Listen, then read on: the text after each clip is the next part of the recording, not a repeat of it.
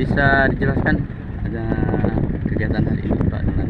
Baik, terima kasih. Jadi hari ini kita sengaja melaksanakan kegiatan di tengah laut di Teluk Sinabang. Kita bersama dengan unsur maritim di Semelu ini melaksanakan kegiatan tabur bunga dan sekaligus pembagian sembako pada masyarakat nelayan.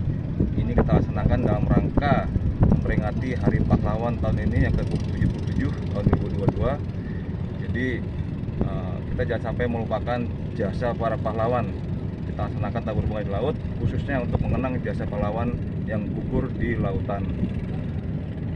Mungkin untuk Hari Pahlawan ini untuk ada himbauan kepada masyarakat. Baik. Jadi kita sengaja mengenang jasa para pahlawan, jangan sampai kita membuat mereka menyesal. Mereka sudah berjuang mengorbankan nyawa untuk menjadikan Indonesia ini, khususnya di Semelu ini, merdeka, hidup makmur. Kita sebagai generasi penerus wajib melaksanakan yang terbaik, bersemangat, bersinergi dengan semua unsur. Ini kami bersama dengan unsur maritim yang berada di Semelu bertekad untuk menjadikan Semelu lebih maju, lebih makmur, dan lebih maju bersama dengan mewujudkan Semelu yang harmonis. Terima kasih. Oke, terima kasih.